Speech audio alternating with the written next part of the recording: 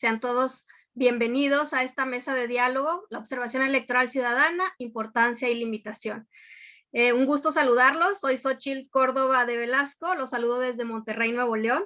Actualmente soy la presidenta nacional de ANSIFEM y me da muchísimo gusto ver a tantas personas reunidas en esta tarde. Pues bueno, de acuerdo al INE, este 6 de junio se renovará la Cámara de Diputados, 15 gubernaturas, 30 congresos locales, 1,900 ayuntamientos y juntas municipales. Para este proceso se instalarán 161,000 casillas y se prevé la participación de 93,774,799 ciudadanos que hasta el 5 de marzo estaban registrados en la lista nominal, es decir, son los ciudadanos que solicitaron la inscripción al padrón electoral y ya cuentan con la credencial vigente y listos para ejercer su voto, nuestro voto este 6 de junio. Pues sin duda estos números nos permiten vislumbrar lo importante de este proceso electoral 2021, que además, como bien lo comentó Majo, pues se llevará a cabo en este contexto de contingencia sanitaria y pues sin duda impactará en los resultados de nuestras elecciones. Es este el escenario que reclama la participación de ciudadanos comprometidos por contribuir a un México más democrático, con justicia y paz. Es un país al que como asociación, la Asociación Nacional Cívica Femenina, tenemos contribuyendo 46 años con la promoción del liderazgo de mujeres que buscan incidir en su comunidad, teniendo como pilares la participación ciudadana y el respeto a la dignidad femenina. Por lo tanto, este año nuestra estrategia para este proceso electoral lo enfocamos a 3 líneas de acción. La primera, el fortalecimiento de la ciudadanía, en que estamos trabajando ya con varios cursos de sensibilización y de invitación a formar ciudadanos activos. La segunda es la promoción de una agenda ciudadana que estaremos promocionando a partir del mes de abril. Y la tercera línea de acción es la observación electoral, que es la que nos tiene hoy aquí reunidos, con más ciudadanía, mejor participación. Y pues bueno, hoy estamos aquí reunidos para platicar sobre la importancia, pero también de la limitación de la observación electoral. Escucharemos ahorita a nuestro ponente. Es un gusto poder verlos reunidos, a ciudadanos como ustedes que dedican tiempo para formarse e informarse sobre el acontecer político de nuestro país, para que podamos con responsabilidad actuar a través de diferentes formas de participación por un México más democrático, con justicia y paz. Pues mi invitación es que podamos aprovechar este espacio de reflexión los próximos minutos con nuestro ponente, Don Nguyen, a quien agradezco su tiempo y colaboración de siempre con nuestra asociación. Así que sin más preámbulos me permito presentarlo. Sin duda es solo un pequeño extracto de su amplio currículo. Don Nguyen es licenciado en Ciencias Políticas por la Universidad de Lausanne. Es maestro en Sociología por la Universidad de la Sorbona de París. Doctor en Sociología Económica por la Escuela de Estudios Superiores en Ciencias Sociales de la Universidad de París. Docente invitado en universidades en Hanoi, Tailandia, México, entre otros lugares. Galardonado con el premio Joe Baxter 2018, otorgado por la Federación Internacional de Asociaciones Electorales por su labor como administrador electoral. Es especialista en observación con diferentes puestos en la ONU desde 1984 hasta 2003. Ha sido líder de misiones electorales en diversos países como Kenia, El Salvador, Fiji, Etiopía, Nigeria, México, y miembro del panel de expertos para la Comisión Independiente Electoral de Irak. Es consultor del Programa de Naciones Unidas para el Desarrollo en México en el periodo 2004 a 2011. Pues sin más, bienvenido, Don, y pues el micrófono es todo tuyo.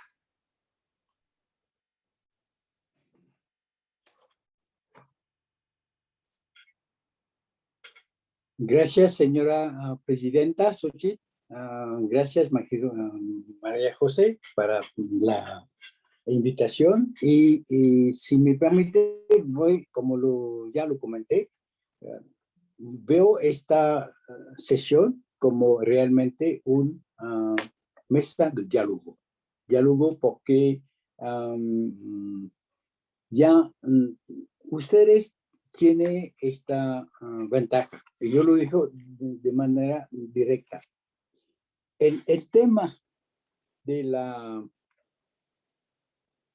observación nacional es un tema, yo diría, ya dentro de las costumbres, ¿no?, de la práctica en México, pero la gente olvida una cosa fundamental, es que la observación, para tener yo diría, un peso real, tiene que ser creíble.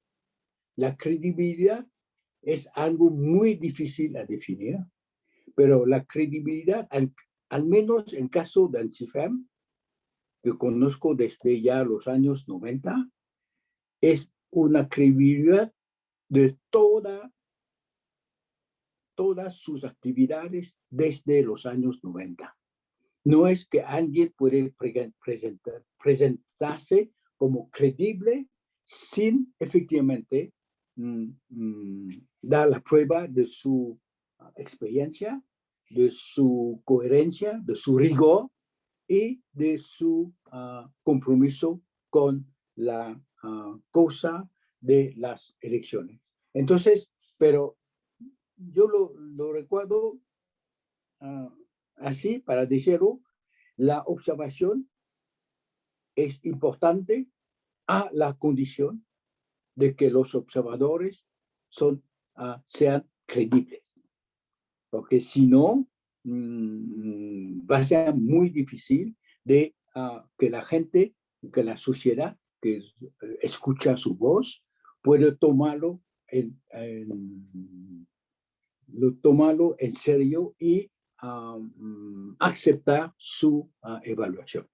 Bueno, esa es una introducción para decir, ANSIFEM tiene ya esta ventaja de tener una gran credibilidad por su presencia en el mundo de la observación electoral y del activismo social femenino desde ya muchas décadas. Ahora, yo lo voy a presentar. Si estoy hablo demasiado, usted puede pararme, pero yo voy a empezar con una visión, con 3 visiones diferentes del proceso electoral. La primera visión es la visión de los ciudadanos y ciudadanas. ¿Qué es esta visión? Es que el día de las elecciones vamos a votar en familia, en grupo de amigos o solo, pero vamos a votar y después de la votación toma un boletín, marca su preferencia, depositarlo en las urnas. Usted regresa a casa con sus amigos y bueno, a pesar del COVID ahora, podemos ya tener una comida entre amigos y familia y esperando por la tarde, por la noche, los resultados. Y si los resultados son conformes a su voto, va a ser una celebración. Si no es conforme a su deseo, vamos también a consolarnos con unas copas. Este es básicamente la visión de la ciudadanía, ¿no? La segunda visión es la visión de los administradores. Los administradores, y yo voy a darle la segunda parte,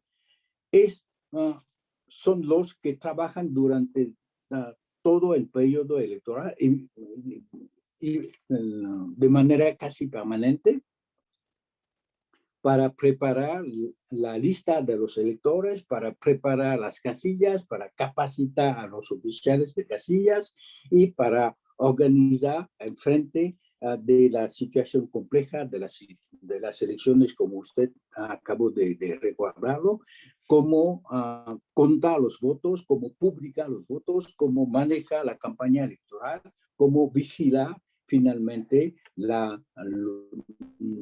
respecto del código electoral de parte de los candidatos y también de la ciudadanía.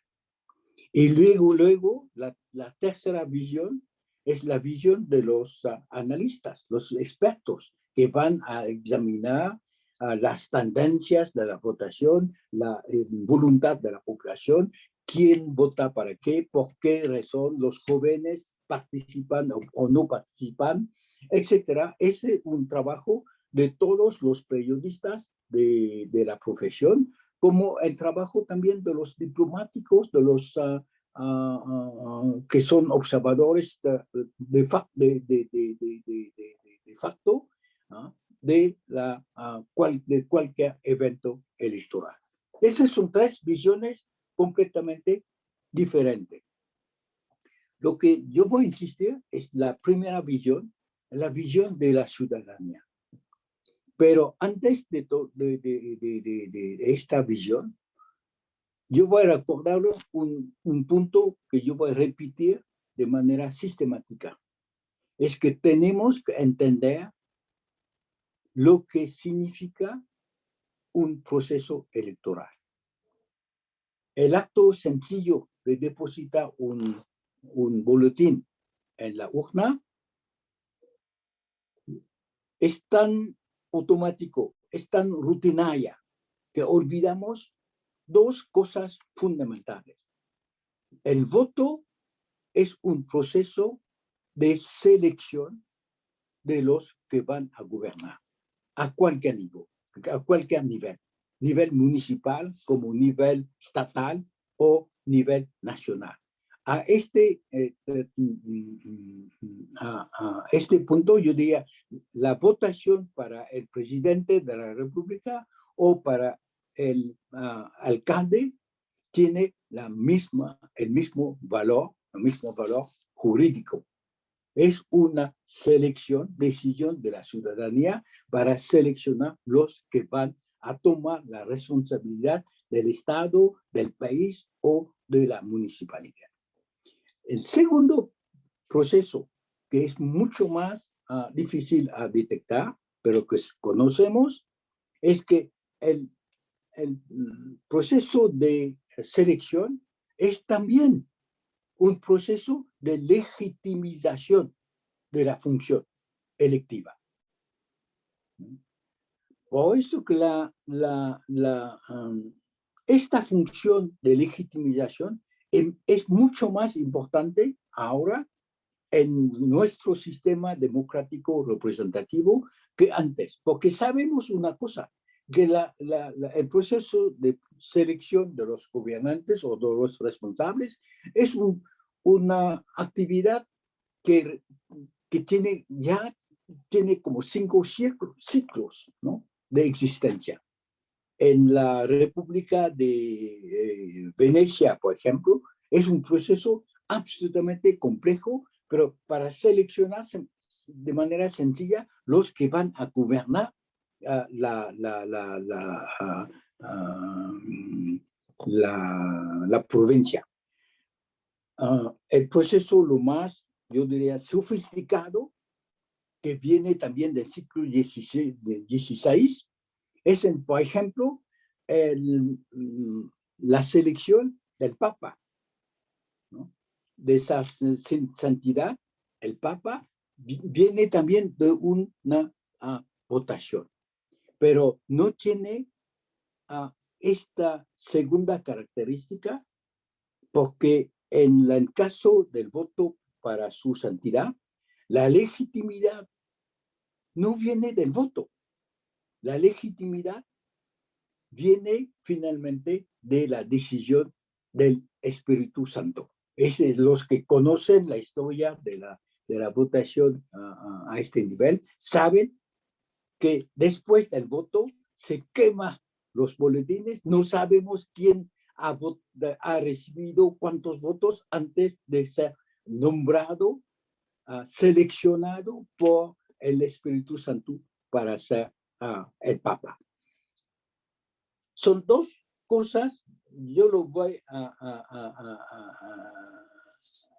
a analizar para que usted cuando observa las elecciones toman en cuenta las características de un voto en un sistema de la democracia representativa. Primer aspecto es que el voto, ¿no?, en este sistema es un acto, yo diría, político, pero individual y secreto.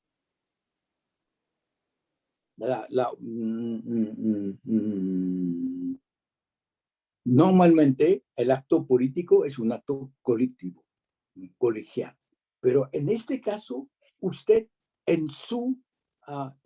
detrás de la mampara toma la decisión sola para decidir quién va a hacerlo. Y este secreto es un pilar, un punto crucial de la democracia representativa. Si quiere, yo lo voy a resumirlo de esta manera. Un sistema autoritarismo, la deliberación sobre la selección de los candidatos es una deliberación secreta y el voto es un voto abierto. En un sistema democrático, la discusión sobre las candidaturas son discusiones abiertas, públicas, las primarias, etcétera, y el voto es secreto. Este es cuando usted examina un sistema para ver su carácter democrático o no, tiene un criterio sencillo. Discusión abierta, voto secreto o discusión secreta y voto abierto. Voto abierto en caso, por ejemplo, yo trabajé en Irak antes de la guerra. ¿Sabe cuántas personas pueden votar en una casilla? 12,000. En México es 750 personas pueden votar en una casilla.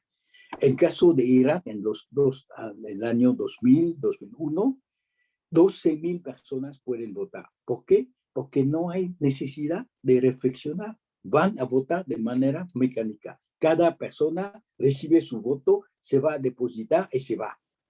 Y esta es la diferencia.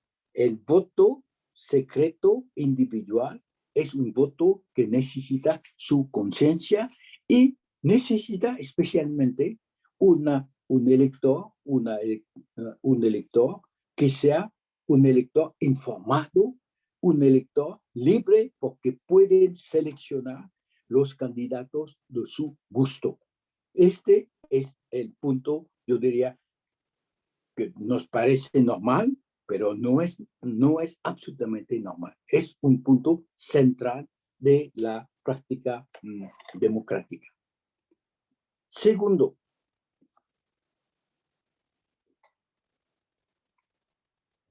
en el voto que usted emite el próximo mes de junio, al mismo tiempo, en todo el estado, en todo el país, la población que va a votar va a adoptar las mismas reglas, van a votar de la misma manera en términos de procedimiento operativo, y significa una cosa, es que el voto es un acto de, yo diría, integración, un acto de integración de su parte en la comunidad nacional. Por esta razón, los extranjeros, por ejemplo, no pueden votar, porque el voto no es un acto, yo diría, mecánico. El voto es un acto simbólico de su pertenencia a la comunidad política nacional. Sin no se puede consolidar tampoco la ciudadanía. Por eso, que su idea de decir, yo voy a la ciudadanía, va a permitir la participación y va en este sentido. Si una votación moviliza 5% de la población, no sirve mucho a la legitimidad. Aunque técnicamente yo conozco países donde votaron menos de 10% de la población, pero el resultado es legítimo, es legal, pero no es una, yo diría, una consolidación de nada de la comunidad nacional.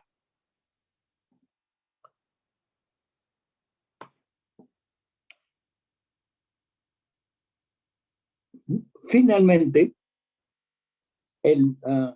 ¿por qué es que el voto, las elecciones, es importante para la democracia? Por una razón también muy sencilla, que usted conoce. En cualquier sistema democrático, porque hay varios sistemas que se llaman o se autoidentifican como sistema democrático, la ley es una obligación para todo el mundo. Pero en la democracia, si la obediencia a la ley es también obligatoria, esta obediencia es voluntaria. ¿Por qué? Porque ustedes, cuando van a votar el junio próximo, van a elegir los legisladores, es de los que van a producir la ley. Es de decir, ustedes por su votación es también padre de la ley. Una frase de un gran teórico de la democracia es que dice, somos los padres y hijos de la ley. Padres porque votamos para los que van a producir la ley, e hijos de la ley porque tenemos que obedecer a la ley. Lo que se llama de manera, yo diría general, el Estado de Derecho. El Estado de Derecho no es únicamente la idea de que todo el mundo obedece a la ley, pero que las elecciones de los legisladores sean auténticas, se refleja la libertad de su selección, la capacidad de seleccionar los candidatos diferentes, los programas diferentes, para que finalmente cuando el legislador adopta una ley, lo adopta también en su nombre. En este sentido, yo diría, el acto cívico de la votación es un acto fundamental para la formación, la consolidación y la estabilidad de la práctica democrática. Finalmente, hay un último comentario sobre este tema que me parece importante, es que se dice que después de la votación, los resultados son, bueno, cuando usted vota, hay siempre una mayoría para un nombre y una minoría o unas minorías para otro nombre. Y por eso que los que ganan, y puede verlo en la Constitución mexicana también, como en otras constituciones, los que han recibido o los que recibieron lo más votos posible son los que ganan. Ese parece también muy natural. Cualquier comunidad, cuando tiene que tomar una decisión, tiene que tomarlo sobre la base de una mayoría contra una minoría. Pero yo creo que es importante que apuntamos a la idea siguiente. yo aceptaré el principio de la mayoría si todos los votos son iguales. Es a la base de mi aceptación. Hay una condición fundamental que los votos son votos de seres, de ciudadanos iguales. Si en la historia de la votación, hay lo que se llama el sistema de seniority. Es que hay personas tan prestigioso, tan poderoso, que representan 10 veces las voces de los ciudadanos ordinarios. Pero con el sistema de la democracia representativa, insisto, la igualdad es, la igualdad es un principio fundamental. En resumen, en un acto, yo diría sencillo, de depositar un boletín en la urna, los ciudadanos no deben olvidar dos principios fundamentales de la práctica democrática. Uno es la libertad de selección, la libertad de voto y la libertad de voto a través del secreto de voto. Y el segundo elemento fundamental es que el voto es, yo diría, válido, legítimo, cuando, únicamente cuando los votos son iguales. Por eso, el trabajo de las autoridades electorales ha sido siempre de mantener ciertas condiciones de igualdad, a través, por ejemplo, del control del financiamiento de la campaña electoral, a través del control del acceso a los medios de comunicación, a través, digamos, de la supresión de todas las limitaciones a la votación, ¿no? Saben, por ejemplo, que un país como, hablamos mucho de Suiza, ¿no? Como países democráticos. Yo, como estudié en Suiza, conozco el sistema. Y cuando estudié allá, en los años 60, fin de los años 60, las mujeres no han tenido el derecho de votar a nivel federal hasta 1972. Es 30 años después de México. Para decirlo, que la batalla para las mujeres, para tener una igualdad con los hombres, no es una batalla limitada a México o a cualquier país, es una batalla general, y gracias al voto de las mujeres tenemos mucho más igualdad y tenemos una democracia mucho más fuerte, mucho más, yo diría, aceptada. Esa es el resumen un poquito de la visión ciudadana de lo que se llama el voto. Ahora, me voy a tomar 10 minutos para explicar cómo lo hacemos y cuáles son los problemas que tenemos en la observación. La observación, lo sabemos, ya es una metodología que inventamos las Naciones Unidas en los años 90. Yo fui parte del primer equipo que prepara la metodología de observación. Tenemos lo que usted llama observación de oficina y observación de terreno. La metodología no ha cambiado. Tenemos que visitar cuando las casillas para ver básicamente el secreto del voto respecto de las reglas democráticas, etc. Especialmente tenemos básicamente que examinar si las autoridades electorales respetan respetan o no la legislación electoral. Este es el trabajo, yo diría, importante de los observadores. En una palabra, el observador electoral es un testigo para la votación y también es un elemento preventivo de cualquier tentación de violar las reglas electorales. Usted sabe que los robos se hacen en la noche, sin luz y sin testigo.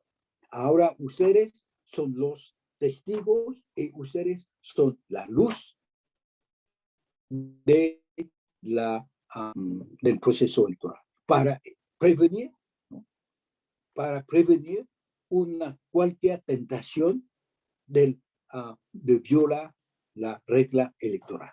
Este es el trabajo esencial. Su presencia sin hacer nada, pero su presencia ya es una forma de contribución a la autenticidad del voto. Sin testigo hay más facilidad para robar. Sin luz hay más facilidad para robar. Y en Mesopotamia es interesante.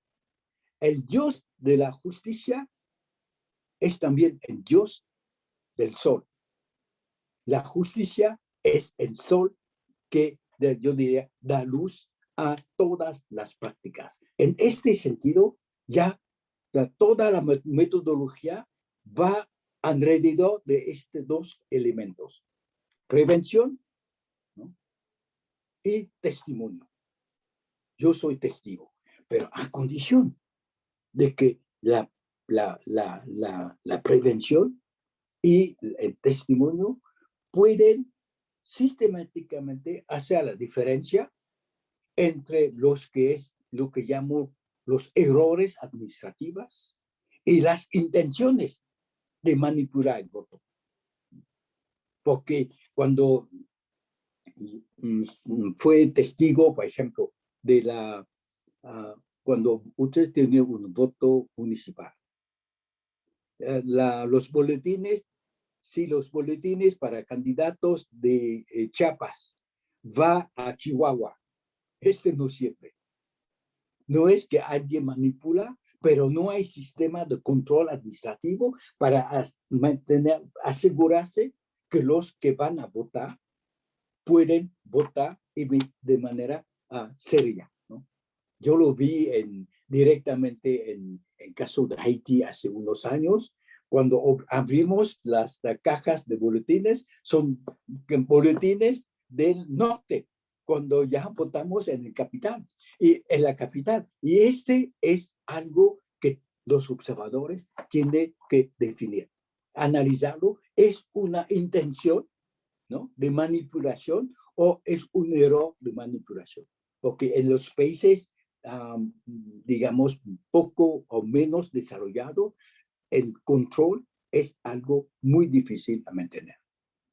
En este sentido, el trabajo de la observación puede ser creíble o no, si puede hacer la distinción clara entre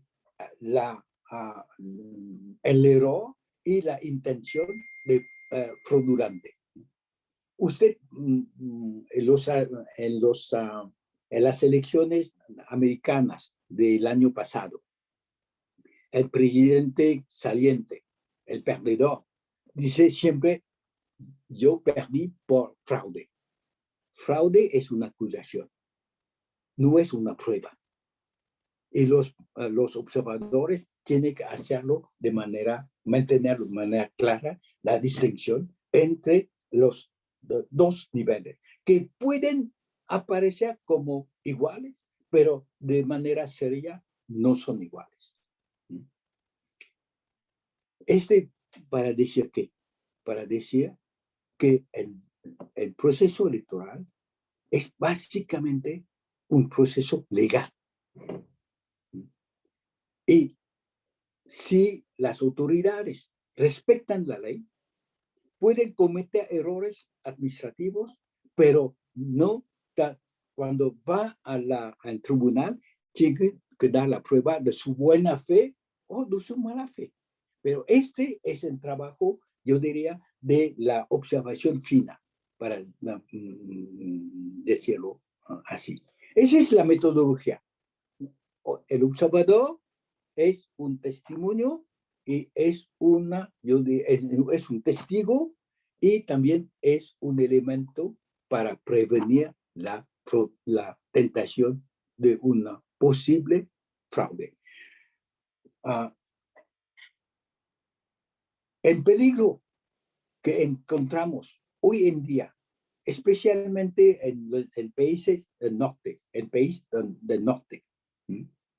es la difusión de malas informaciones. Lo que se llama fake news, etcétera, es el peligro mortal para finalmente la autenticidad, la evaluación de la autenticidad de las elecciones. Usted tiene que analizarlo y que presentarlo de manera sistemática para consolidar su propia credibilidad. Porque su credibilidad es la parte la más crucial, finalmente, de su contribución a la autenticidad, la integridad del proceso electoral. En términos de metodología, me parece Pero ahora hablo de 3 problemas mayores para su trabajo de observador. El primer problema es una pregunta. ¿En qué la observación es útil? ¿Y la observación es útil para quién? Hay un profesor a Columbia, yo creo, se llama Susan Hyde, que dice, ahora la observación internacional es parte, ¿no?, del estándar de la organización electoral. De verdad que a mí me parece un poquito exagerado, pero ¿por qué? Porque la elección, la más creíble del mundo, ¿no?, nunca ha sido observada. ¿Cuál es esta elección? El cónclave. La elección del Papa. La elección de su santidad del Papa. Imagínense, el electorado son 120 cardenales de menos de 80 años, ¿no? Porque todos los que votan pueden ser también elegidos, pero excepto los que tienen más de 80 años. No hay una mujer en este electorado. No hay una mujer. Son todos hombres. Todos seleccionados por los papas y no elegidos por nadie. Y van a representar los 120 y pico, 1 billón, 1.000 millones de católicos a través del mundo. ¿Verdad? No hay campaña electoral, es prohibido. ¿No? Los cardenales lo enfermaron en el Vaticano. Y allí, hasta que el voto se termina, no puede salir. No puede escuchar la radio, no puede ver la televisión, no puede discutir entre ellos quién quieren elegir. Van a votar. Votan una vez, 2 veces, 3 veces. Si a la 4ª vez no hay resultados, una recesión de un día para regresar, el día siguiente van a repetir la operación hasta que se vota. Como lo enfermaron en el Vaticano, ¿no? En su cuarto, tiene que votar rápidamente. No van a perder 6 meses en votar. Cuando votaron, ¿no?, sabemos que los que han recibido, los que reciben más del 70% de los votos, es el que gana. Pero no lo sabemos en realidad, porque nunca publicaron los números de voto. Ya sabemos que el humo salió blanco, porque quemaron los boletines con una polvo blanca para decir, ya tenemos un papa. ¿Por qué? Porque a partir del momento donde hay una mayoría, el Espíritu Santo selecciona la persona elegida. La elección no es la prueba de su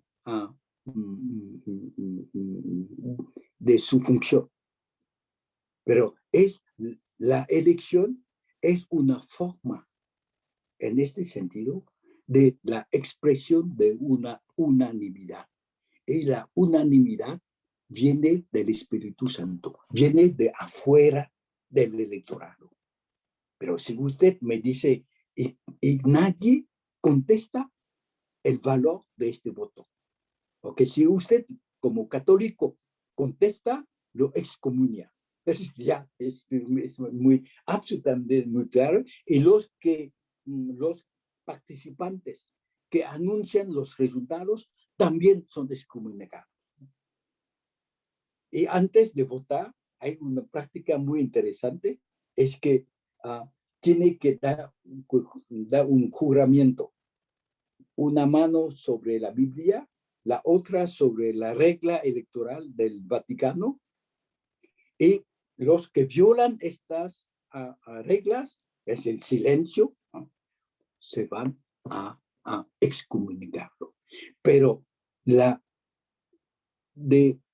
1.000 millones de católicos, no hay una voz para contestar la validez de este voto. Es impresionante de reflexionar sobre es que es la elección la más creíble.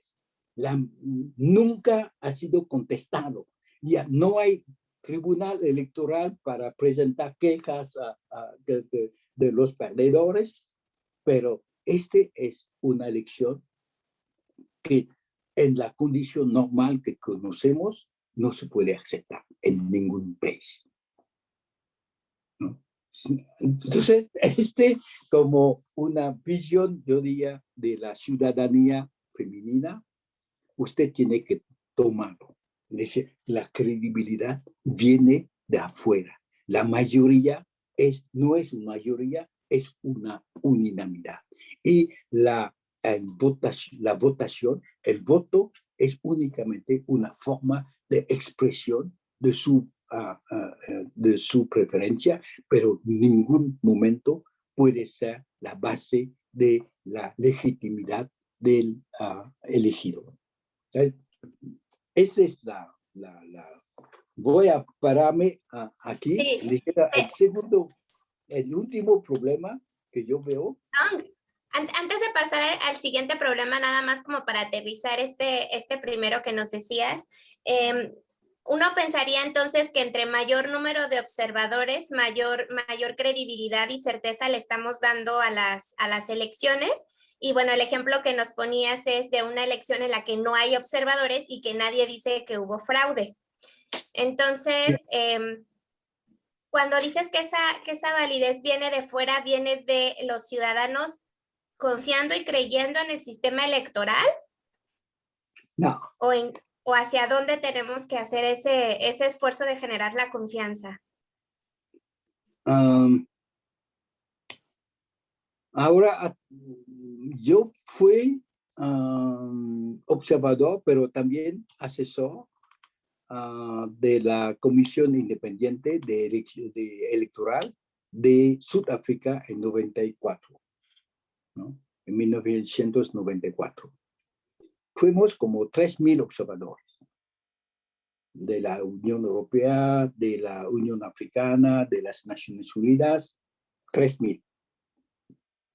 Las elecciones eran horribles, en términos de organización. La gente tiene que esperar como 6 horas antes de votar. Y no teníamos ninguna lista electoral. No hay registro electoral. La gente se registra en la entrada de la casilla. Por eso que toma tanto tiempo para esperar. Los observadores dieron una opinión, pero a nadie le importa.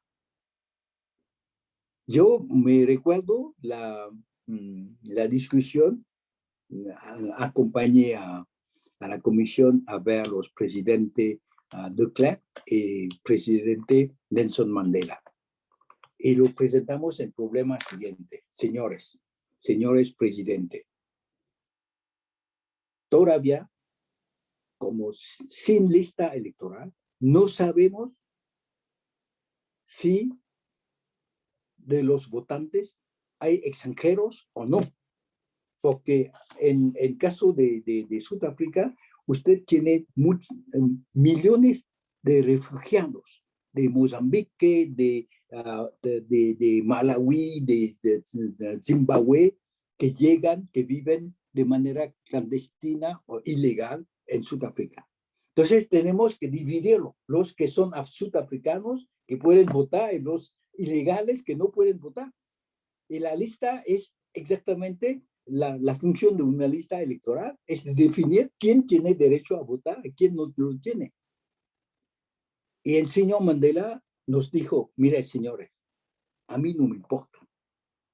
Si usted empezó a decidir criterios de quién es sudafricano y quién no es, pueden expulsar de la votación millones de sudafricanos. ¿Por qué? Porque con el sistema del apartheid, los negros no tienen ninguna pieza justificando su identidad, ni certificado de trabajo, ni certificado de bautismo, ni certificado de nacimiento, ni nada, absolutamente nada. Entonces, si usted dice, para ser sudafricano tiene que tener un registro de nacimiento. No hay. Los que nacieron en su casa, los que mueren lo enterraron en su jardín, punto. Entonces, ¿quién puede ser sudafricano? No lo sabemos. Entonces, el señor Mandela nos dijo una frase muy, muy, muy importante. Yo prefiero que votan 200,000 mozambicanos que usted expulsa 2 millones de sudafricanos. Y fue una elección la más aceptable, la más aceptada en el mundo. Nadie, excepto unos observadores, ¿no?, de la Unión Europea, que empezaron a contestar, pero a nadie le importa. Porque la decisión de dar el voto a los negros, que representaban 80% de la población, esta decisión es una decisión política. Y esta decisión de todos los partidos políticos es la base de la credibilidad del proceso electoral. No son los observadores.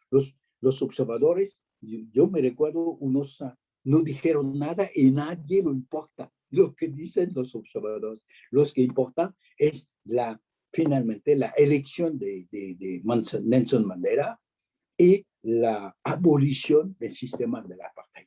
Estos son actos políticos y jurídicos y legales que dan la credibilidad a su elección, ¿no?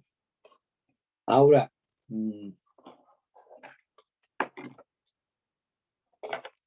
último problema para ya tenemos algunas preguntas, Don, para que tú nos indiques en qué momento te las podemos leer.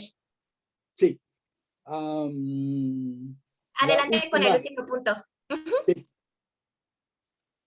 Adelante. No, que adelante con este último punto, gracias.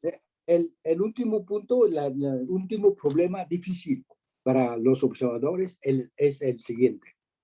Es que cómo usted se distingue de un administrador electoral. Le doy un ejemplo. Hay muchos proyectos de observación que dicen, vamos a observar la compra y la coacción del voto.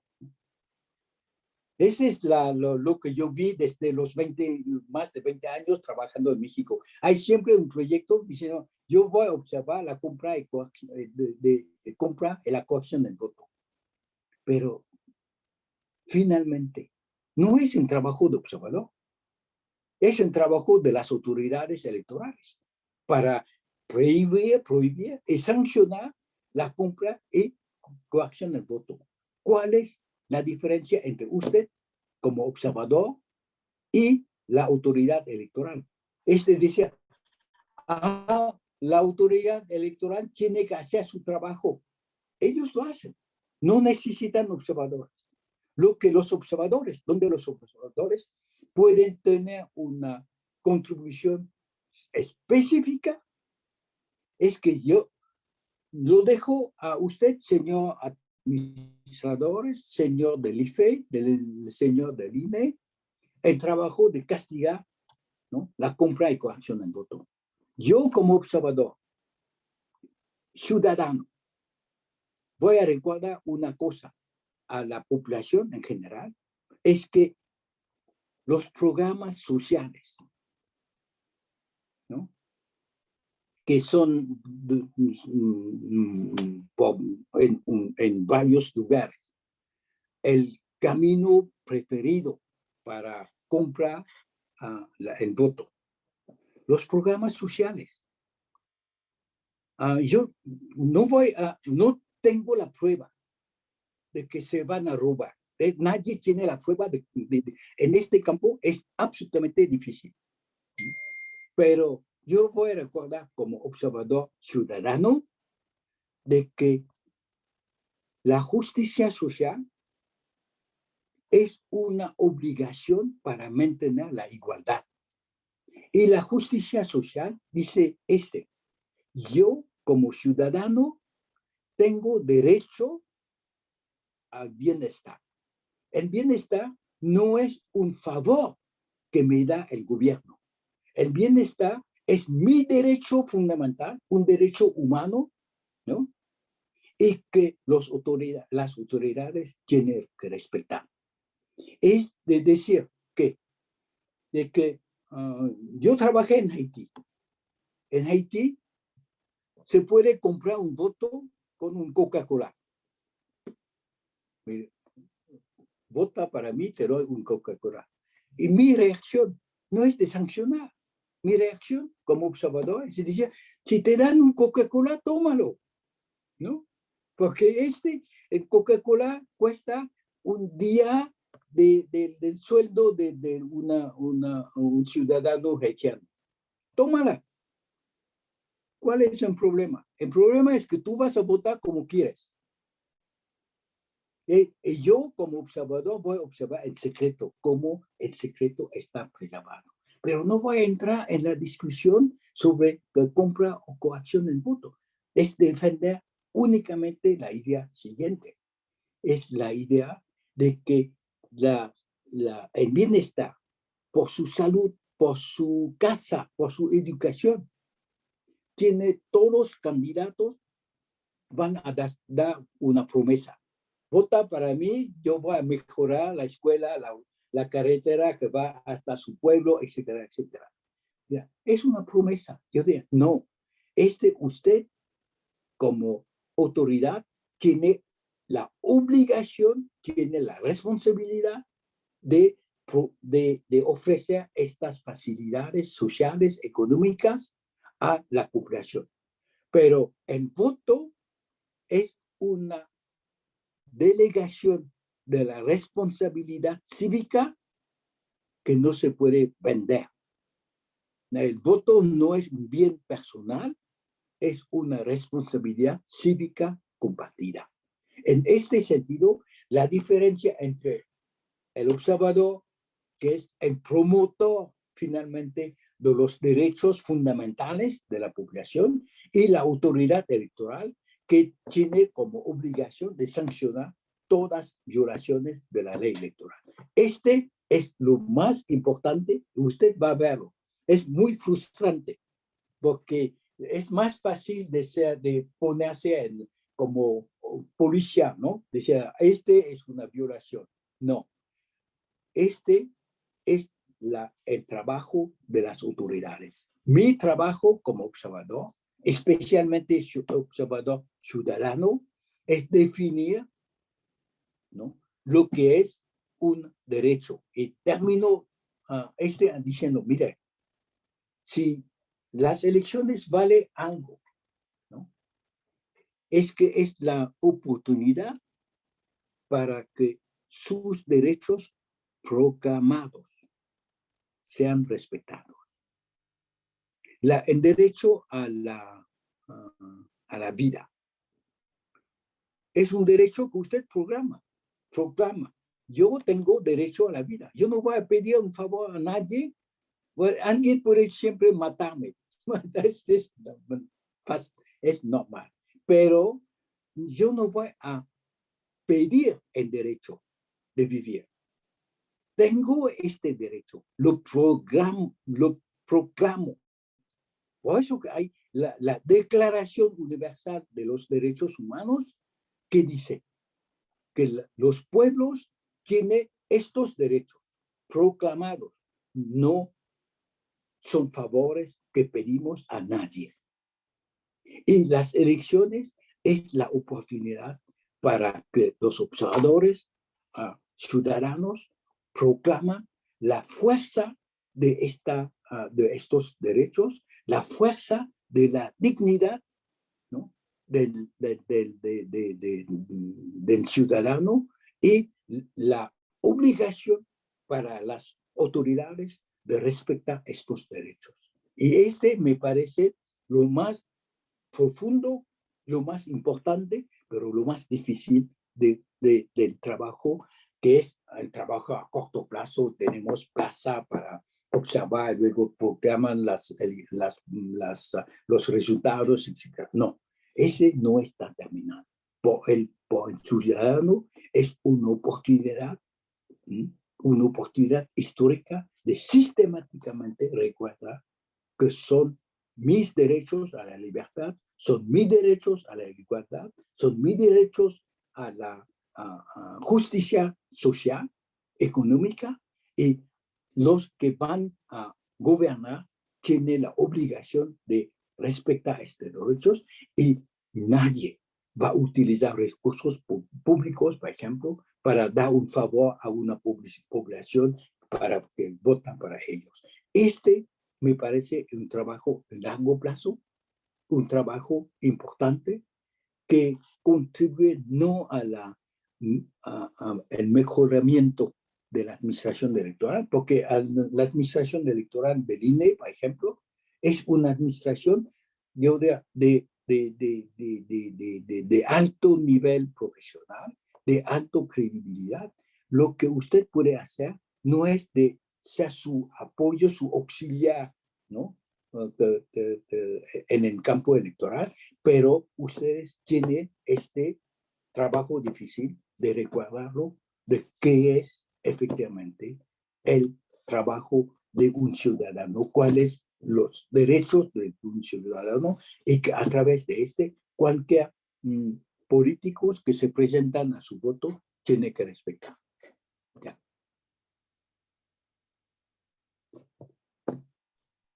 Okay. Muchas gracias, Dong. Muchas gracias. Voy a leer dos que me llegaron internas, y si quieres ya para que podamos hacer otras preguntas. Bueno, esta sí llegó pública de parte de Luz Gonzaga. Pregunta que si alguien no está de acuerdo con los participantes, candidatos que aparecen en la boleta y no hay ni a cuál irle, ¿se puede tachar toda la boleta o ponerle voto por mí? ¿O qué se puede hacer para que los partidos no se apropien de este voto o lo utilicen a su favor? Dice que ella tiene muchas dudas porque no encuentra candidatos dignos de confianza y la mayoría se pronuncian por la cultura de la muerte, y que a su parecer necesitamos gente que se pronuncie por buenas causas. O sea, ese tiene dos niveles. El nivel, yo diría, de estructural, ¿no? Es lo que se llama hoy en día, en todos los países que conozco, ¿no? La crisis de la representación. Lista de candidatos no es completa. Yo no me siento representado por ellos, por ellas, etc. Ese es un problema, yo diría, estructural, ¿no? de la democracia representativa. Cuando usted tiene un sistema de representación representativa, de democracia representativa, es siempre una crisis de representación. Bajo una monarquía, por ejemplo, nadie va a decir el rey no me representa, ya, porque no es el problema. Esta es yo diría la innovación del sistema representativo, es que siempre hay contestación. Ahora, en nivel personal, hay un debate serio, debate real, ahora sobre, por ejemplo, el valor del voto blanco. En la legislación mexicana o en la legislación de varios países del mundo, el voto blanco es un voto nulo. Es que yo llego con la lista de no voy a votar para nadie, entonces lo dejo en blanco. O tacho todos los de candidatos. Y es una forma de anular su voto. La segunda forma de anular su voto es la abstención. Mejor voy a pescar, ¿no? Que ir a votar para todos los candidatos, no hay nadie que me conviene. Entonces, yo voy a jugar fútbol con mi hijo, ¿y para qué voy a hacer cola para votar? Esa es la otra forma de exprimir su opinión. Yo diría, este es un debate largo dentro de la comunidad de los organizadores electorales. Y por eso en México, por ejemplo, aparece hace ya como 10 años la figura de un candidato independiente.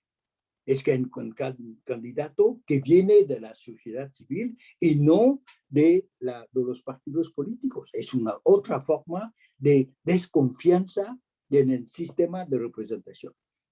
Usted tiene estos problemas, pero a nivel individual, yo diría, sí tiene razón la persona que no se reconoce en ningún candidato y no vota para nadie, pero va a perder su voto. Y perder su voto es probablemente, ¿no? Yo no lo voy a sugerirlo, porque cuando usted no exprime su opinión, hay una interpretación. Este voto blanco es para mí. La abstención, el partido que gana más es el partido de la abstención. ¿Y por qué? Porque quieren votar para mí, pero usted no lo deja votar, etc. Y es una confusión. Mejor votar o mejor efectivamente discutir. Ahora es una discusión seria en varios países. Es que se contabiliza el voto blanco como un voto, yo diría, que exprime el descontento de la población. En 2000, yo creo que en 2006, en Haití, tuvimos un problema enorme. Es que el voto blanco representa casi 30% de los votos. ¿Qué hacemos? Porque puede cambiar finalmente los resultados. Y yo diría, yo no tengo solución, pero yo creo que sí hay una discusión sobre el tema del voto blanco. La abstención es un problema mucho más complicado, porque es una tendencia general, es que la gente no tiene confianza en el sistema y no va a votar. Pero merece una discusión, una reflexión mucho más amplia, ¿no?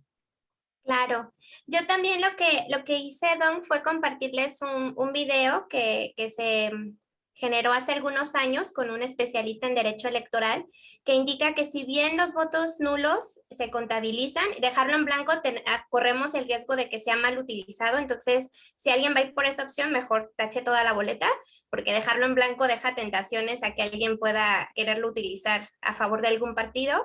Se contabilizan, sin embargo, no son considerados para los porcentajes de asignación a los partidos. Entonces, en lugar de castigar a los partidos, por lo menos en nuestro sistema electoral como está en este momento, les damos un mayor porcentaje del pastel. Entonces, les compartí el video para que lo puedan ver.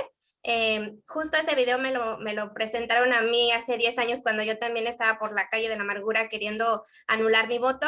Entonces, comparto ese sentimiento, comparto el deseo de tener mejores opciones y de sentirme representada. Sin embargo, no considero personalmente que sea la mejor opción, por lo menos porque nuestro sistema no reconoce el valor, o sea, solamente se contabilizan, pero legalmente no hay una afectación a los partidos. Por el contrario, el porcentaje aumenta, para que puedan ver por favor ese video.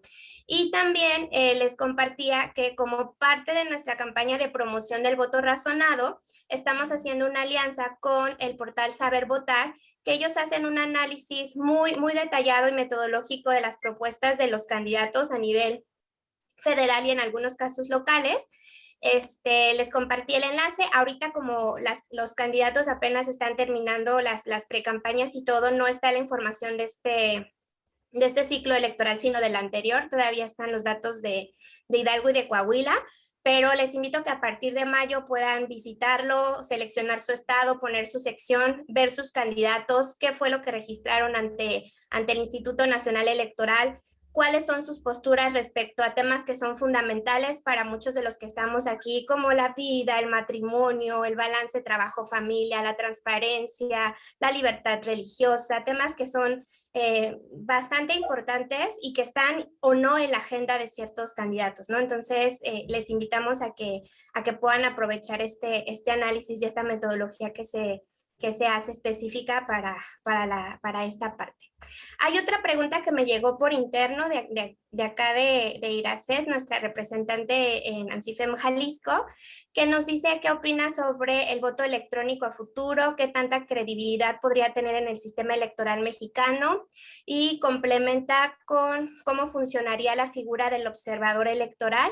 Y antes de darle la palabra para que nos ayude con su respuesta, yo quisiera también, para quienes no conozcan las urnas electrónicas que se van a pilotear en estas elecciones y que ya se utilizaron en las elecciones pasadas, no es que se esté votando por internet, es prácticamente como si fuera una máquina registradora. Uno vota, imprime un testigo y va a hacer la contabilidad. Entonces, lo que hace es que cuenta los votos de manera automática y de todas maneras físicamente se tienen los testigos de cada una por si se quisiera votar y hubiera alguna...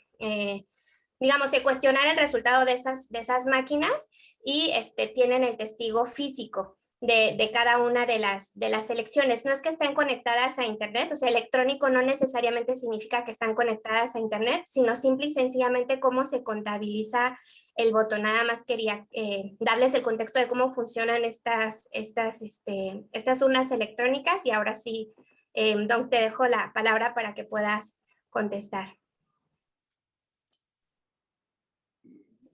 Una precisión. Cuando hablamos de voto electrónico, hablamos efectivamente de dos cosas diferentes. Es el voto, lo que los americanos llaman ahora más bien el voto a distancia. El voto a distancia es voto por internet, voto a través de la web y efectivamente el segundo aspecto es lo que se llama la urna electrónica, ¿no? Es la urna que no tiene vinculación con la red, pero que tiene efectivamente la posibilidad de facilitar la contabilidad, el cuento de los votos. Cuando se termina el voto, ya tiene los resultados. Es para facilitar el trabajo de la administración electoral. Dos reacciones. Efectivamente, especialmente con la pandemia, la tendencia ahora es de ir a un voto a distancia, evitar la concentración de la población y votar por Internet. Genera unas reflexiones. Hay unas discusiones muy importantes en México y a través del mundo ahora sobre este tema. Cómo votar, cómo respetar, por ejemplo, ¿no?, el secreto del voto cuando usted vota por Internet. Cuando usted vota por Internet, sabemos que usted entra con su PIN, su clave para asegurar su identidad y votar.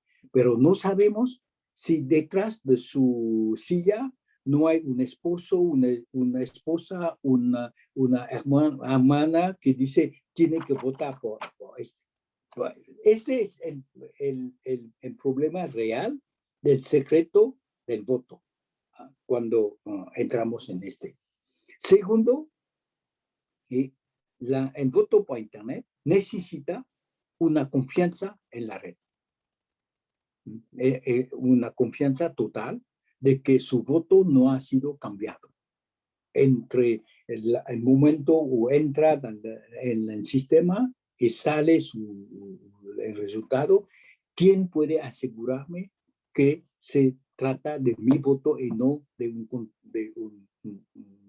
un voto por alguien que yo no conozco? No tengo la prueba, ¿no?, de que se trata de mi voto real.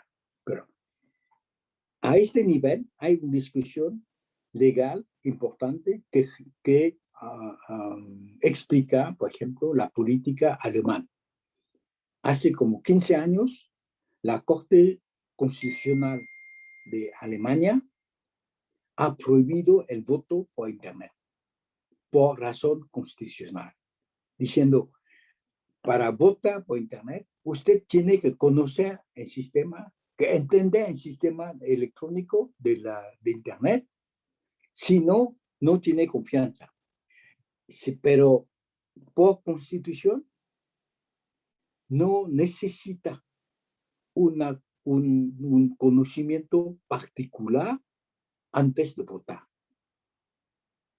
Porque en los años 50 hasta 60 en los Estados Unidos pueden votar los que saben leer. Y en los años 50, especialmente para la población negra, ¿no? Si no saben leer e escribir, no pueden votar. Y este sistema de obligación de conocer el voto ha sido, bueno, dentro de la historia de nuestro sistema electoral. Por ejemplo, usted sabe que el voto también, el voto se dice también la voz, ¿no? ¿Cuántos votos han recibido y cuántas voces han recibido? Es igual. Igual, ¿por qué? Porque en tiempo de analfabetismo generalizado, usted antes para escribir su voto es difícil, no sabe hacerlo.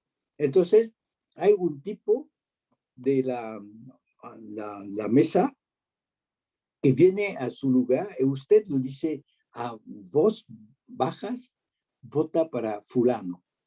Esa es la voz. Y la voz era el voto. Y luego, cuando la gente ya sabe escribir más, se vota por boletines. Esta es la evolución, digamos, técnica también. Ahora, yo creo que no podemos evitar el voto electrónico, pero tenemos que discutirlo sobre los principios esenciales. Principio de conocimiento, principio del secreto del voto y la libertad del voto. Porque en una población, yo diría, hay para tener acceso a Internet, ¿cuántas personas los tiene? ¿Y cómo se utiliza este? ¿Cuántas personas tiene su laptop para votar desde su cama, ¿no? Para su candidato? Este es un problema, otra vez, de igualdad. Entonces, libertad, igualdad, ya son los principios que van a permitir a una mejor discusión sobre el voto por Internet. El voto por urnas electrónicas es diferente, porque la urna de las que conozco, de modelo que conozco, los brasileños han sido los promotores de esta urna desde hace como 20 años. Y me dijeron ellos que antes de utilizar el voto así, por urnas electrónicas, tiene que difundirla 10 años en todos los lugares para que la gente se acostumbre y que tiene confianza. Porque la gente en Haití, unas compañías, ¿no?, brasileñas introdujeron el voto, la urna electrónica, pero la población de Haití, la mayoría, 70%, nos dijo, bueno, ya el resultado ya está en la urna, ¿no? ¿Cómo convencerlo de que es un sistema como que la urna electrónica no es diferente de un cajero? La diferencia es con un cajero, yo tengo mi dinero. Cuando con la urna electrónica yo puedo recibir un papel para decir ya voté.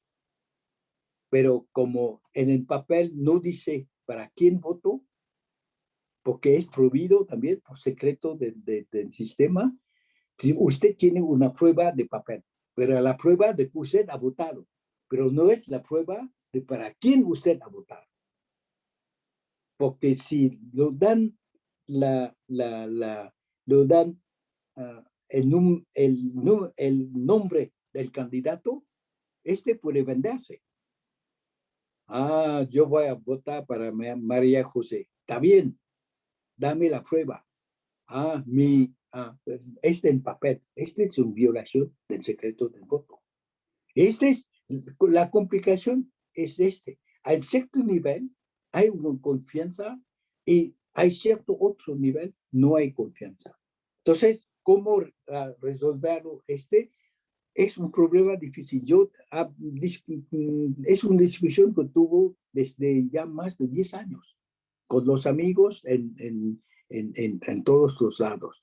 Y no hay solución sencilla, porque el fondo de todo es la confianza de la gente. Ya no hay solución milagrosa, ¿no? No, la confianza es algo que se gana, ¿no? Entonces, yo creo que por eso el piloto y nada más sería la recomendación en caso ahora de electrónico es ver si tenemos la posibilidad de conocer con anticipación en qué casillas van a estar estas urnas, porque entiendo que son muy poquitas, son 100 máximo, algo así, estaban peleándose que 400, pero creo que al final quedaron en 100.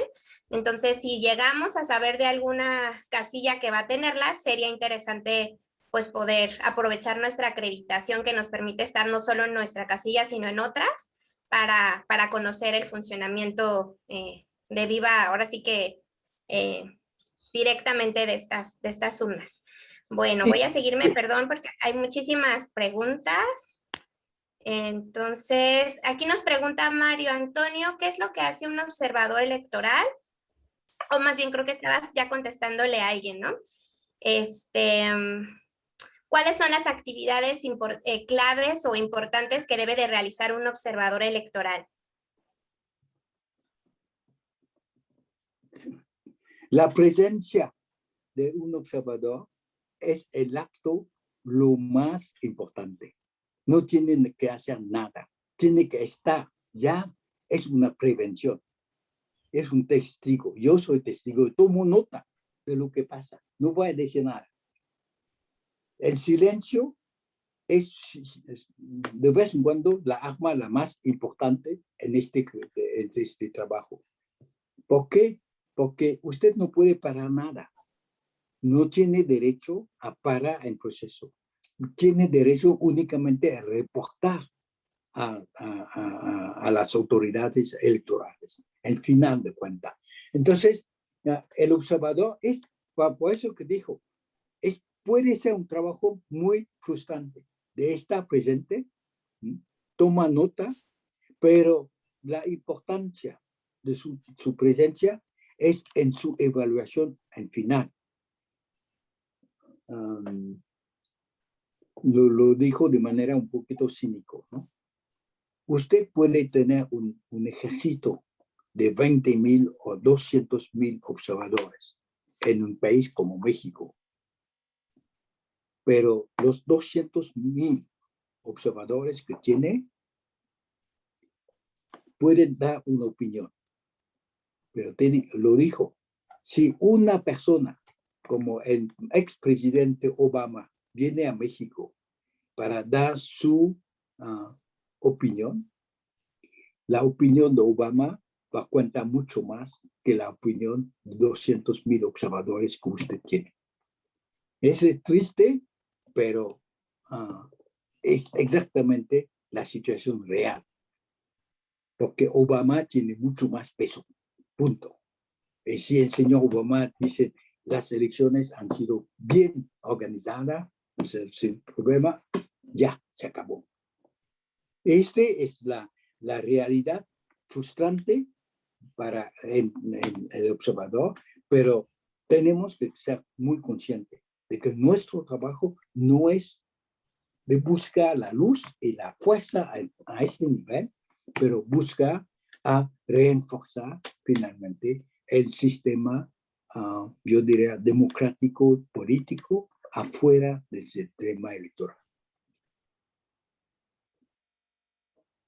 Por ejemplo, aquí hay otra pregunta relacionada con esto mismo, que nos dice que si el observador puede filmar con su cámara acciones que sean deshonestas y luego reportarlas. Esa es una pregunta a la autoridad electoral, porque el INE puede decidir si usted puede grabar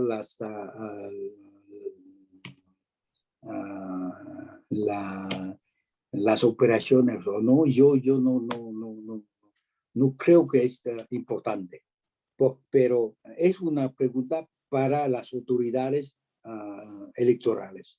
En mi caso, yo también voy a recordarlo, de que usted habló, la presidenta Xochitl, habló de ¿cuántas casillas?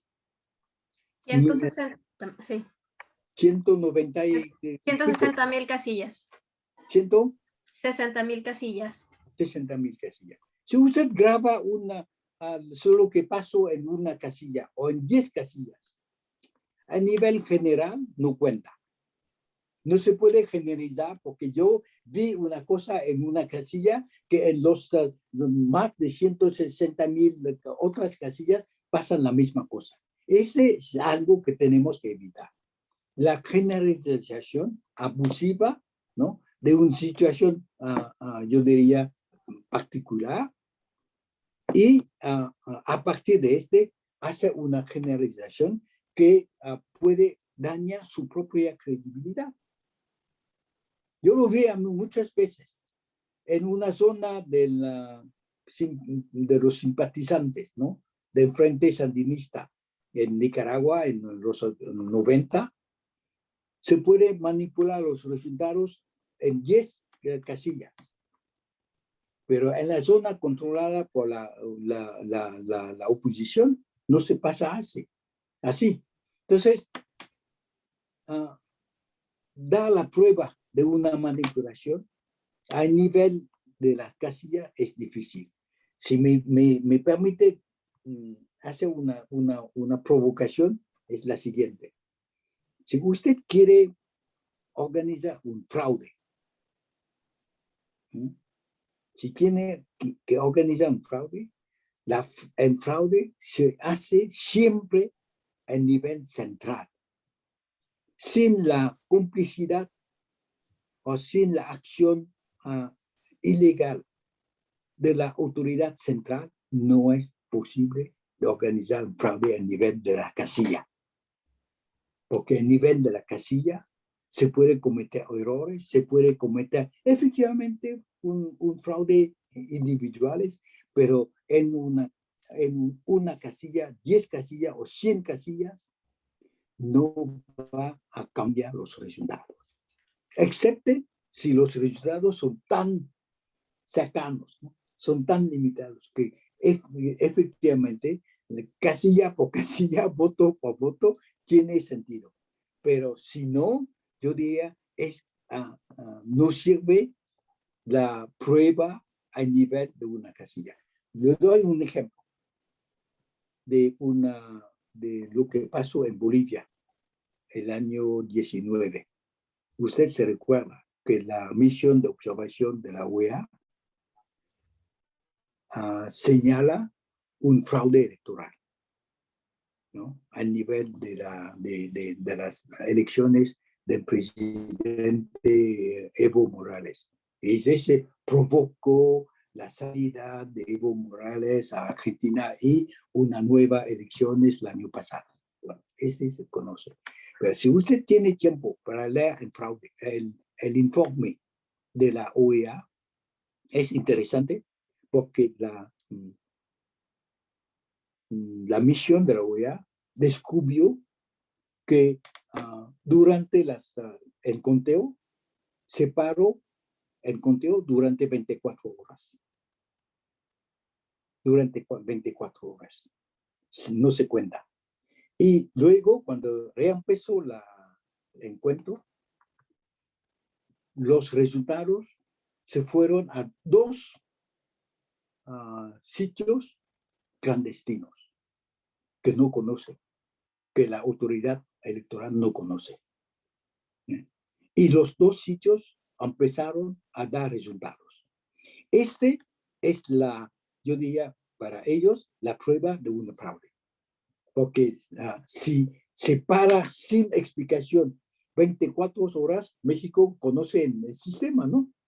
Se separa sin explicación el conteo durante 24 horas y luego que sale con 2 sitios clandestinos para dar otros resultados. Este es el fraude y este es fraude real, ¿no? Que se puede hacerlo en nivel central y no a nivel de las casillas.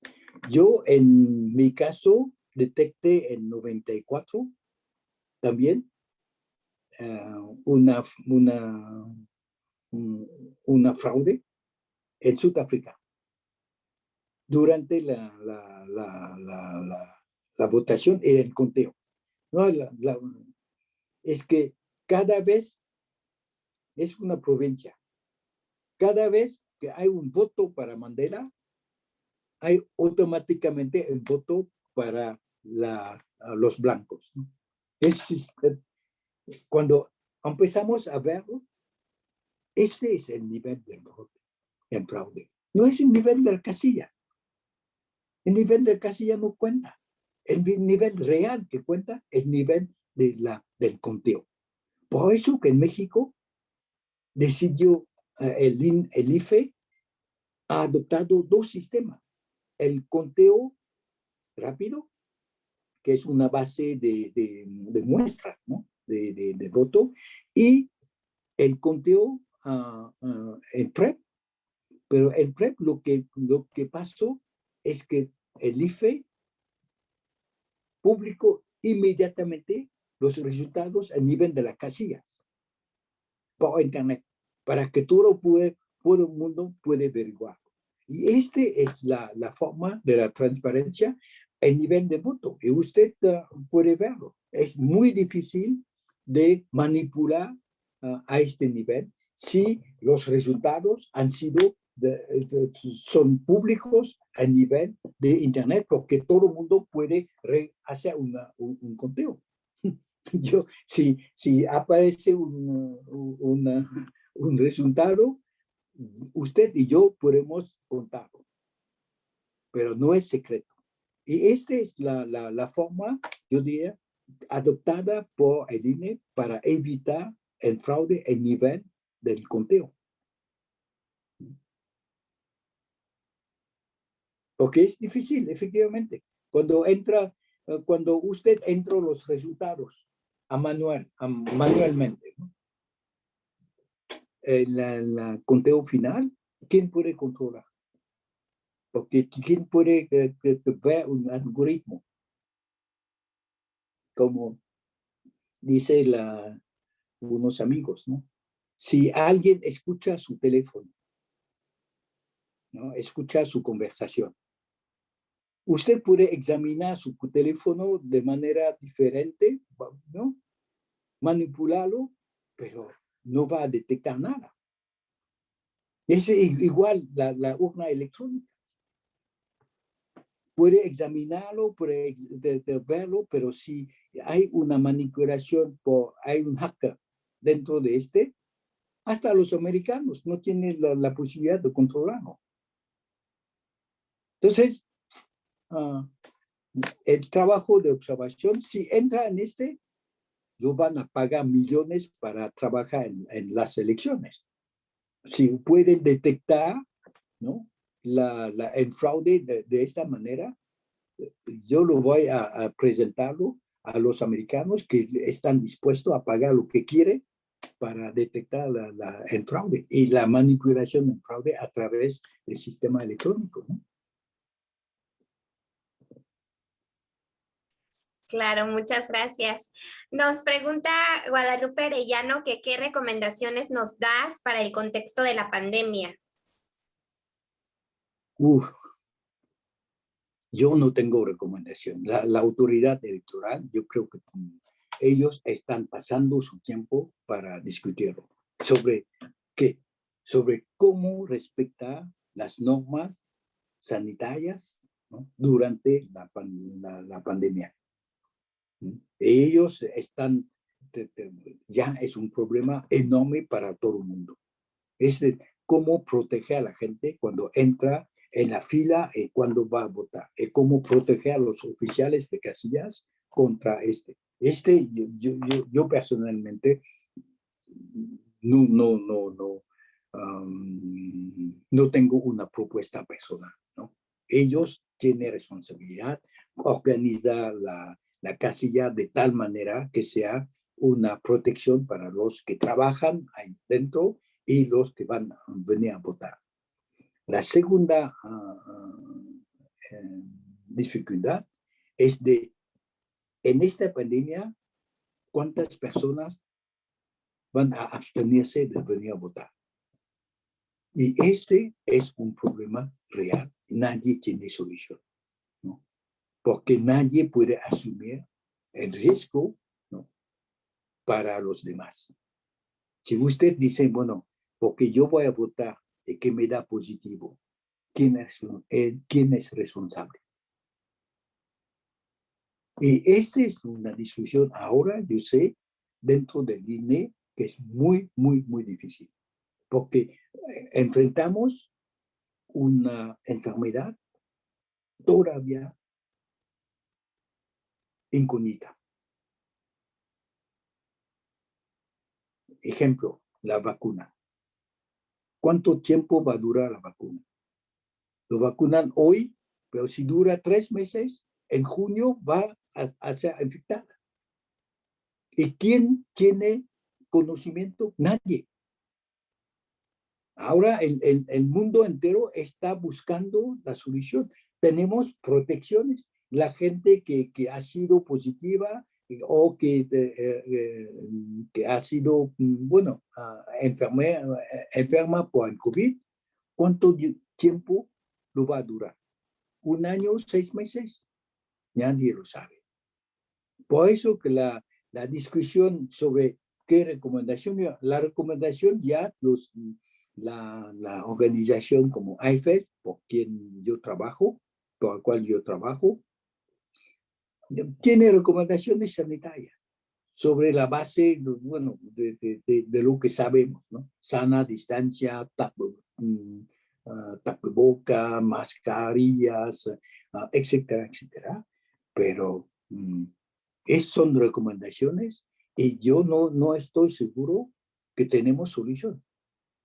Hoy en día no hay solución. Hay una decisión efectivamente importante de mantener elecciones. En otros países, el año pasado, anularon las elecciones. Los franceses, típico, votaron la primera ronda y luego suspendieron las elecciones porque no saben cómo controlar la pandemia. Entonces, esta es una dificultad real por la falta de conocimiento que tenemos de la pandemia, ¿no? Muchas gracias. Acá incluso nos sugería Fernanda Rivera que si no se podría hacer cita para ir a votar.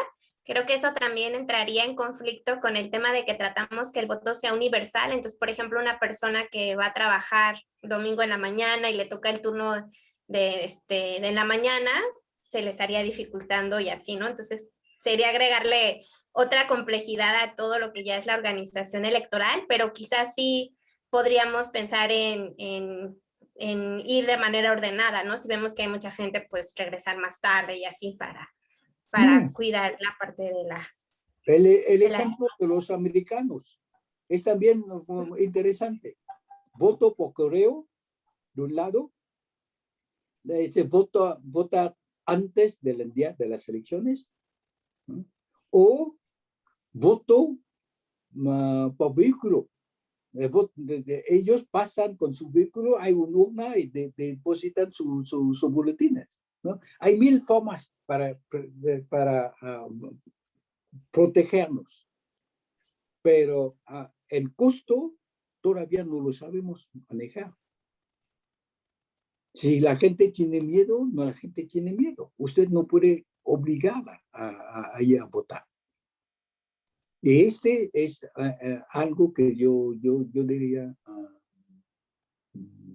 difícil para las autoridades electorales el día de hoy. Muy complejo, muy complejo. Por aquí había una pregunta que decía que si en la casilla no hay fraude, entonces deberíamos de observar en los soples.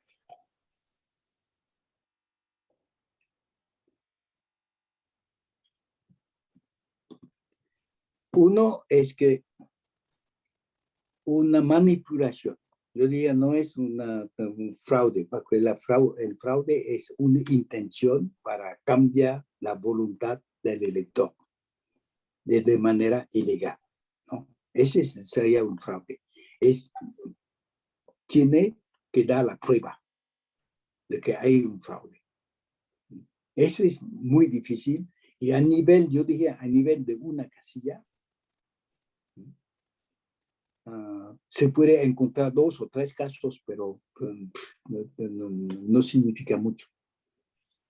Los OPLES, efectivamente, es centro de organización de las elecciones. Para dar un ejemplo, los americanos, otra vez, tiene un departamento, el ministro de Justicia americano tiene un departamento equivalente del FBI, ¿no? Pero para el fraude electoral.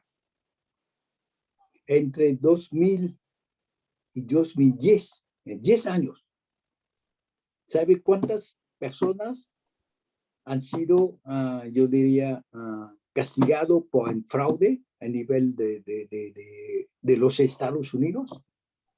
7. 7 sobre una población de 300 millones de personas en 10 años.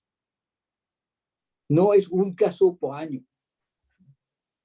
Menos un caso por año. Y se dan cuenta de que cuando hablan de fraude, es la compra de voto o vota de manera ilegal. que no tiene derecho a votar y va a votar. Y 3 de los 7 son señoras y señores que piensan que si votan puede fácilmente tener acceso a la nacionalidad americana, ¿no?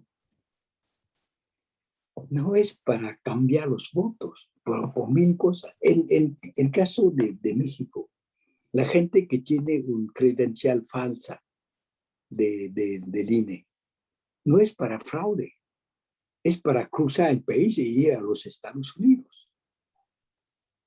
Tenemos que tomarlo como una realidad social diferente. El fraude para, ¿cómo hacer fraude? ¿Cómo dar la prueba?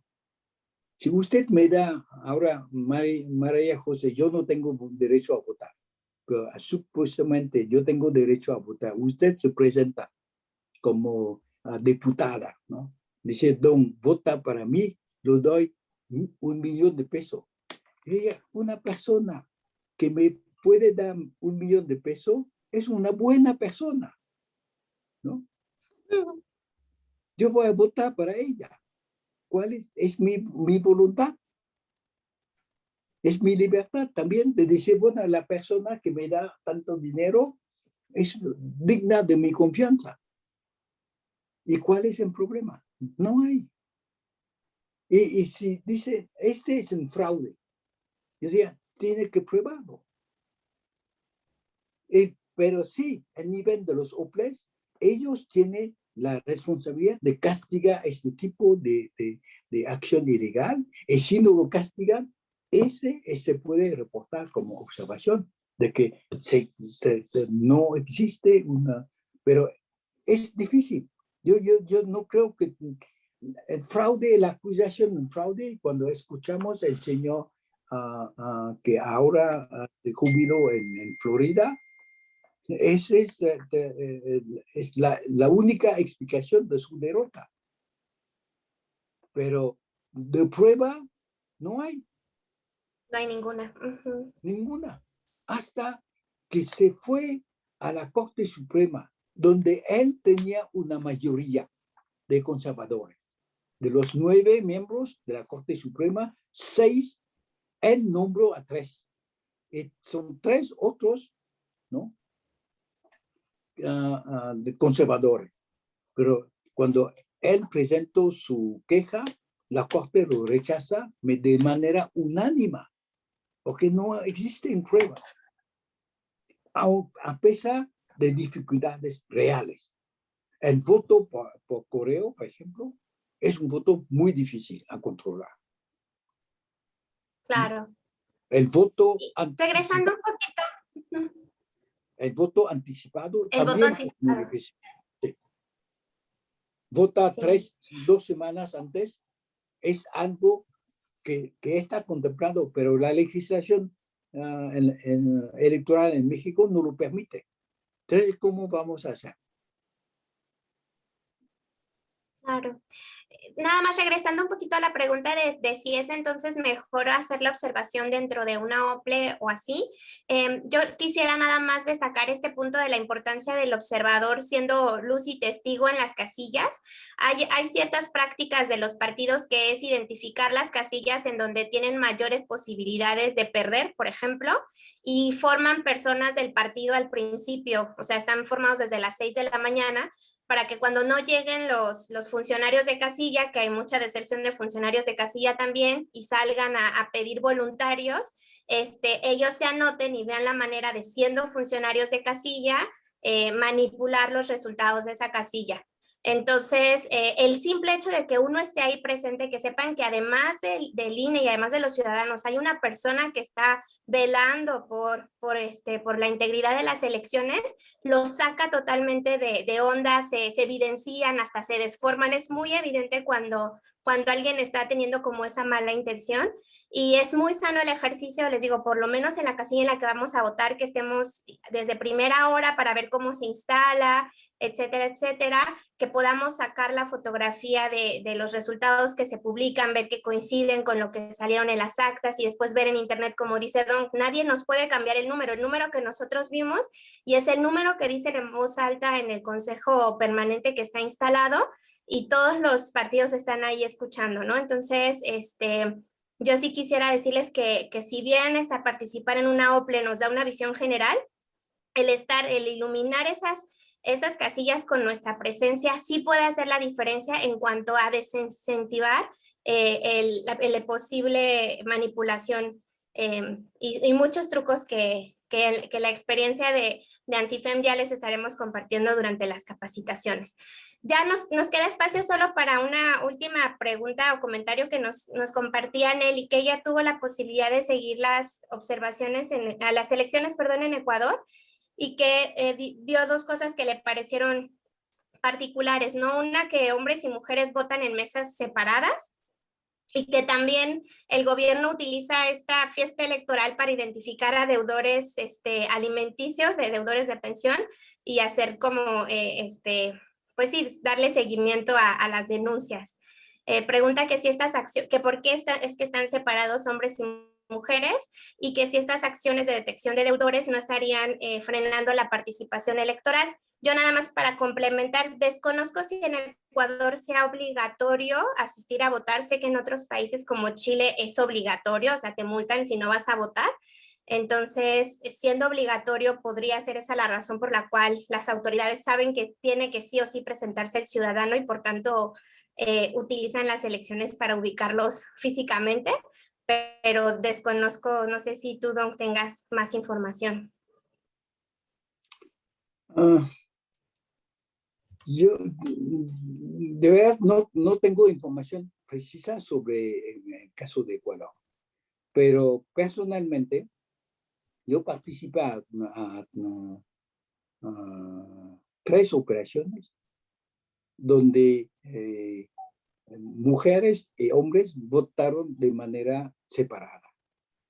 Eritrea en 93, Irak en 2004 y Afganistán en 2003. Y por razones, bueno, religiosas. En el caso de Afganistán es claro. La gente, los pastún, no quiere que los hombres se sacan de las mujeres para votar. Porque cuando usted organiza, por ejemplo, el registro electoral, tiene que descubrir saca su vela, ¿no? Para tomar fotografía. Ellos no lo quieren. Por razón religiosa. Entonces, la única manera es de decir, bueno, las mujeres organizan el voto, la casilla, etcétera, para las mujeres y los hombres a 200 metros de esta casilla, ¿no? Pero no, yo no veo como obstáculo, pero no conozco la razón para en el Ecuador. ¿Por qué lo hacen de esta manera? No sé, no sé. Pero la utilización del proceso electoral por otros objetivos, ¿no? Identificación, etc. Sí, hay mil razones que yo no conozco de manera precisa, pero no es importante. Lo que es importante es que su voto sea libre y la libertad se ve a través de la existencia o no de una mampara, de una posibilidad de saber para quién usted vota. La imaginación es tremenda, pero es el nivel, yo diría, más del folclore, ¿no? De algo, bueno, que se cuenta en los chistes de los observadores electorales. Un tipo, pero un tipo sobre 10 millones, ¿cuál es la significación, no? Entonces, mi sugerencia es la moderación, la cautelosa, la prudencia en la evaluación.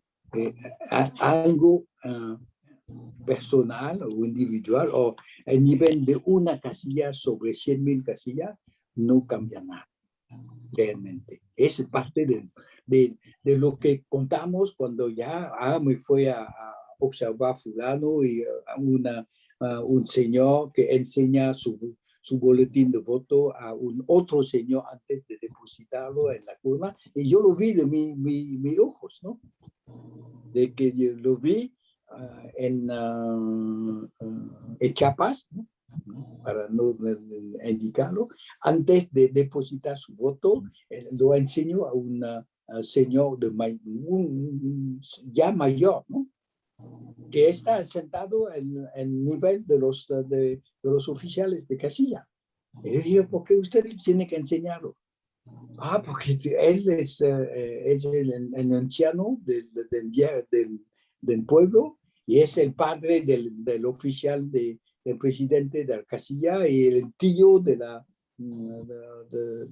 etcétera, ¿no? Entonces, sí, bueno, ¿y qué significa nada? Lo que es importante, y yo diría, lo más importante, usted reflexiona sobre el caso de los Estados Unidos como observador.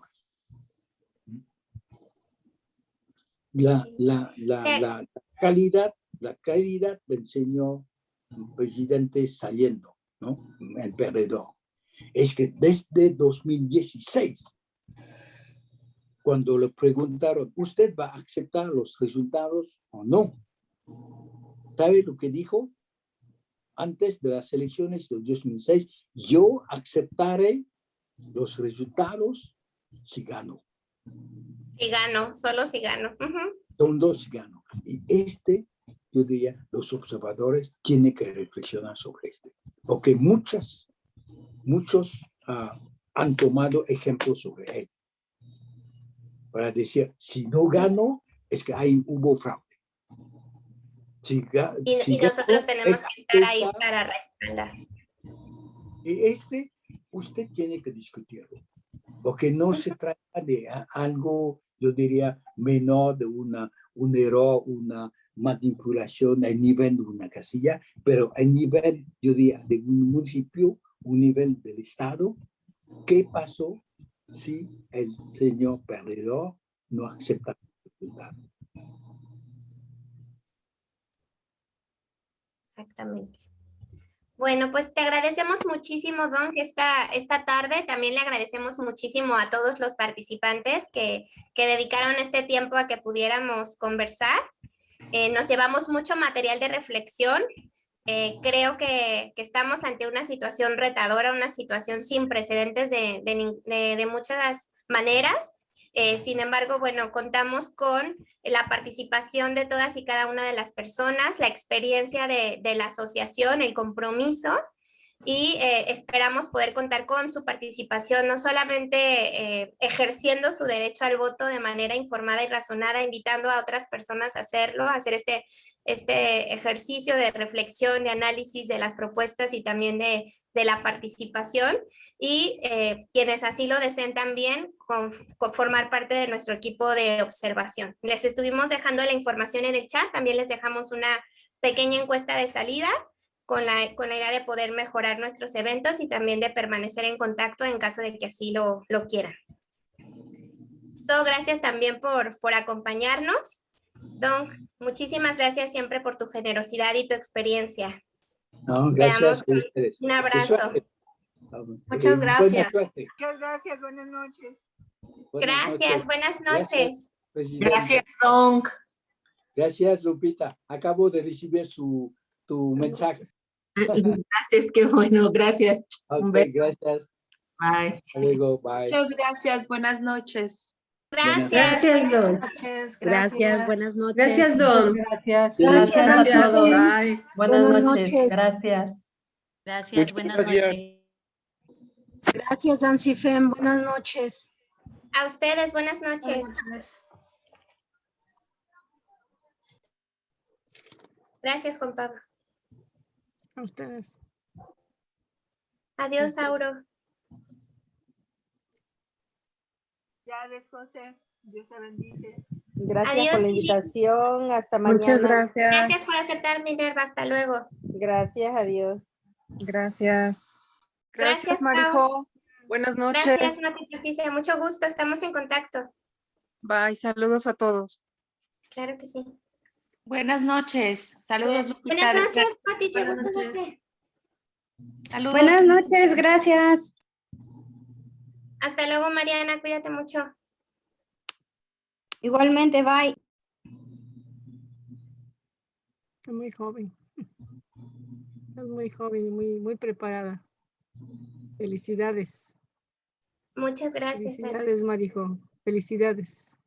Te ves muy Gracias. joven, muy preparada, muy interesada en lo que pasa en el país. Y eso es bueno. Bendito Sí, Dios, sí. 20 años trabajando en ANSIFEM. No, te ves muy jovencita. Pero Gracias. qué bueno que no estés en la disco ni perdiendo el tiempo. Me da gusto. ¿Qué andamos? Para Tu ejemplo. servirles. Muchos jóvenes deberían de seguir tu ejemplo. Qué bueno. Me da Gracias, gusto. muchas gracias. Ejemplo de la mujer. Felicidades, muchas bendiciones. Y sigue así. Estamos en Igualmente. contacto.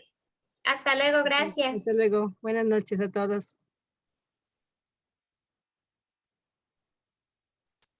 Bueno, hasta que se corte porque